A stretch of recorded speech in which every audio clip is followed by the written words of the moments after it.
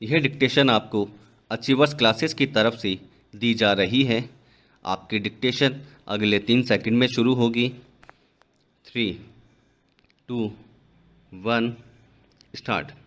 रूस ने जिस दिन यूक्रेन पर चौतरफा हमले की शुरुआत की थी, जलवायु परिवर्तन पर अंतर सरकारी पैनल में यूक्रेन प्रतिनिधिमंडल नेता कीव स्थित अपने घर में एक रिपोर्ट को अंतिम रूप दे रही थी। वह और दुनिया भर के वैज्ञानिक ग्लोबल वार्मिंग और मानवता पर मंडराते खतरे को लेकर छठे आकलन को दुनिया के समक्ष लाने से पहले आखिरी दौर में थे। लेकिन जब रूसी सेना ने उनके घर के आसपास बम बरसाने शुरू किए, तब वह और उनकी टीम को निकटतम बम शेल्टर में शरण लेने को बाध्य होना पड़ा। हालांकि हमले के कुछ दिनों बाद ही आईपीसीसी की रिपोर्ट जारी कर दी गई। रिपोर्ट के खुलासों ने दुनिया भर में खतरे की घंटी बजा दी।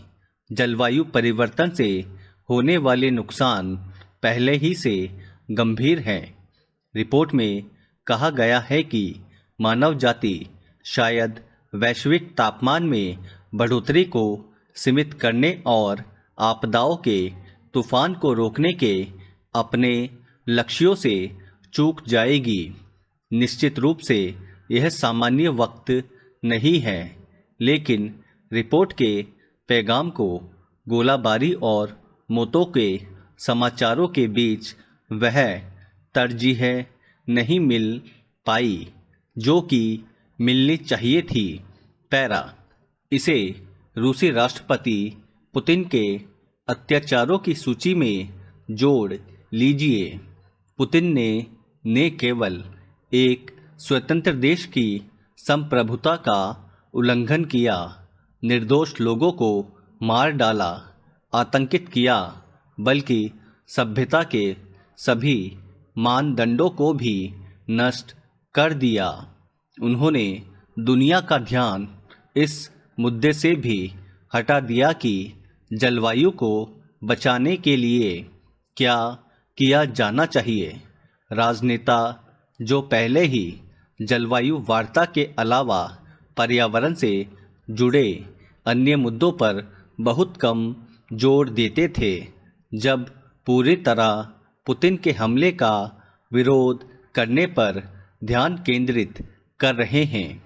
पुतिन ऐसी पेट्रो स्टेट पर हुकूमत करते हैं जो जलवायु परिवर्तन की वजह माने जाने वाले जीवाश्म ईंधन को बेचने के लिए फेरी लगाने वाले की तरह व्यवहार कर रही है। पुतिन के तेल, कोयला व गैस के लिए भुगतान करके दुनिया उनकी युद्धक सामग्री और आक्रामकता को ही वित्त पोषित कर रही है। यही कारण है कि दोनों पक्षों के लिए ऊर्जा सैन्य और रणनीतिक हथियार बन गई है। पुतिन यूरोपीय अर्थव्यवस्थाओं को तेल, कोयला और गैस आपूर्ति बाधित कर सकते हैं, तो पश्चिमी जगत भी पुतिन के हाइड्रोकार्बन से खुद को दूर करने की कोशिश कर रहा है ताकि रूस जल्द से जल्द दिवालिया हो जाए।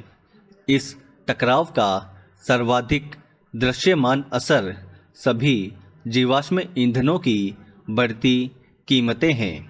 हीटिंग पर होने वाले खर्च व पंप की कीमतों में वृद्धि का सबसे ज़्यादा असर गरीबों पर पड़ेगा। हालात बदतर हुए तो बड़े पैमाने पर विरोध प्रदर्शन हो सकते हैं। ये पहले से बड़े और दुनिया में और अधिक स्थानों पर हो सकते हैं। कई देशों को सामाजिक शांति भंग होने की चिंता करनी चाहिए। पैरा, यूरोप प्राकृतिक गैस के लिए अपनी ज़रूरत का 40% हिस्सा रूस से आयात करता है। इसका मतलब यह है कि वह यूएस या कतर जैसे देशों से तरलीकृत प्राकृतिक गैस आयात कर सकता है। बेल्जियम जैसे देशों में जहां परमाणु ऊर्जा संयंत्रों को चरणबद्ध तरीके से बंद किया जाना है, उनका परिचालन जीवनकाल बढ़ाकर ऊर्जा हासिल की जा सकती है। बेल्जियम इस पर विचार कर रहा है, जबकि जर्मनी विचार न करने पर अड़ा है। नई वास्तविकता यह है कि हमें हरित हाइड्रोजन के साथ 100% नवीकरणीय ऊर्जा द्वारा संचालित सार्वभौमिक विद्युतीकरण अपनाना चाहिए। जो देश इस दिशा में अग्रसर हैं, उन्हें दोगुनी ताकत से इस पर जोर देना चाहिए।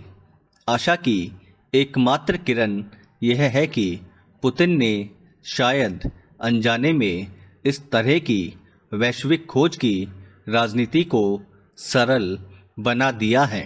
स्टॉप।